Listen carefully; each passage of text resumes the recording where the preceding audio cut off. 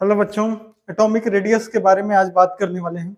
Atom का radius, atom को radius या एटॉमिक साइज भी बोल देते हैं। क्या होता है? ये एक डिस्टेंस है। क्या distance? From the nucleus to the valence cell.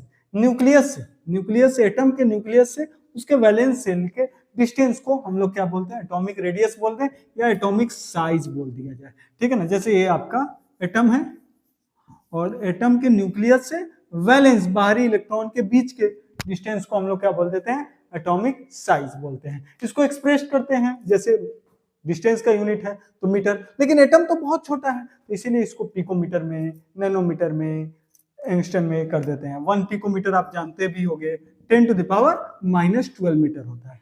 ठीक, तो एटम को, अब एटम का रेडियस जो होता है उसका जनरल ट्रेंड क्या है पीरियोडिक टेबल में, किस तरह से, अगर हम पीरियड में चले, पीरियड में लेफ्ट टू राइट चलेंगे in period left to right. Z effect क्या होता है? जेड इफेक्ट इंक्रीज करता है। जेड इफेक्ट जब इंक्रीज करता है तो एटम क्या करेगा?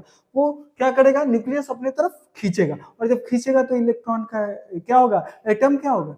इसका साइज डिक्रीज होगा। यानी in period left to right Z effect increase और एटॉमिक साइज डिक्रीज। ठीक, और इन ग्रुप में चलते हैं। ग्रुप में जब ऊपर से नीचे आते हैं, टॉप टू बॉटम आते हैं, तो क्या होगा? नंबर ऑफ सेल इंक्रीज, और नंबर ऑफ सेल इंक्रीज करेगा तो एटॉमिक साइज क्या होगा? इंक्रीज। जैसे मैं बोलूं, जैसे आपका लिथियम है, लिथियम का एटॉमिक नंबर 2.1, यानी बैलेंस।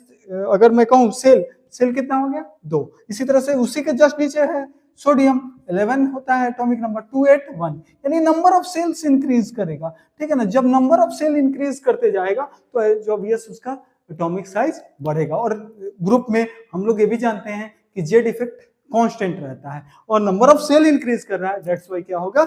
हमारा एटॉमिक साइज बढ़ेगा। ठीक है, तो ये ध्यान रखना है। यानी अगर मैं कहूं पीरियड में क्या होगा? एटॉमिक साइज डिक्रीज करेगा, और ग्रुप में क्या होगा? अगर हम टॉप टू बॉटम चलेंगे तो एटॉमिक साइज इंक्रीज होगा। मिलते हैं अगले वीडियो में। लाइक एंड सब्सक्राइब करना